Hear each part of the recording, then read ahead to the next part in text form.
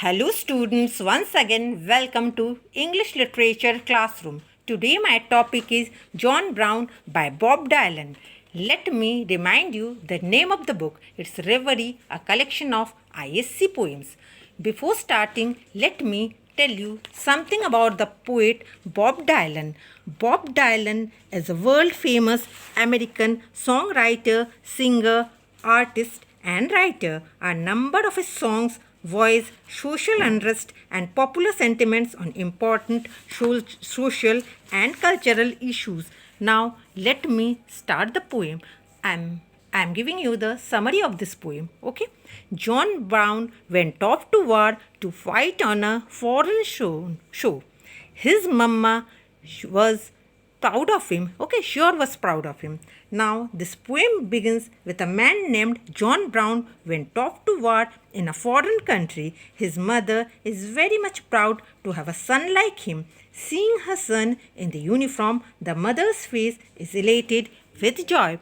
Okay, he means John Brown. Okay, stood straight and tall in his uniform and all. His mamma's face broke out all in a grin. Grin means smile. Oh, son, you look so fine. I'm glad you are a son of mine. You make me proud to know you hold a gun. Now, mother means John Brown's mother, told her son that he looked charming in his uniform.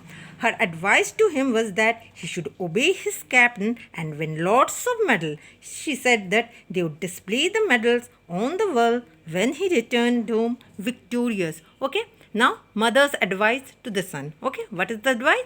Do what the captain says, lots of medal you will win. Clear? As the train left, she told everyone in the neighborhood that a son was going to the battlefield.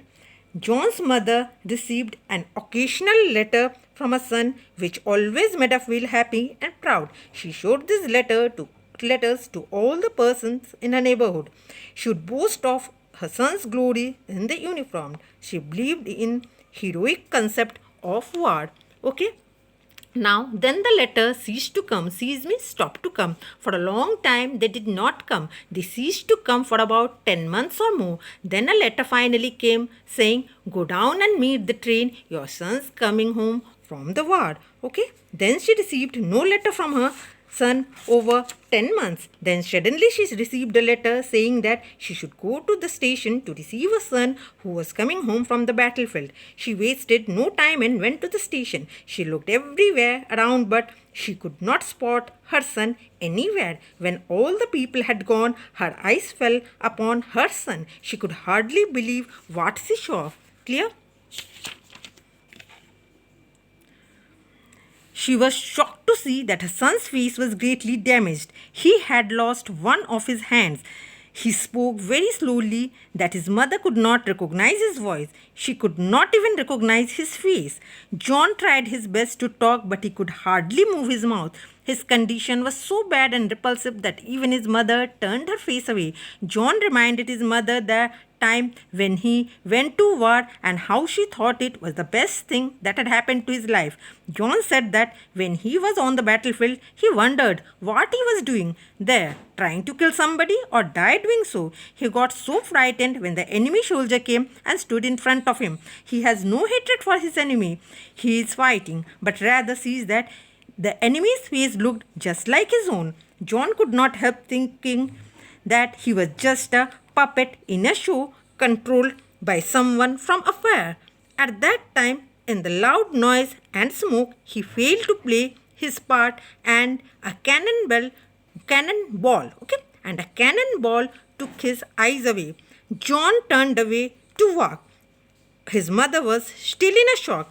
As he turned to go, he called his mother to come closer. As she did so, he dropped his medal down into her hand. Okay, and he means John Brown dropped his medals down into her hand. Her means John's mother.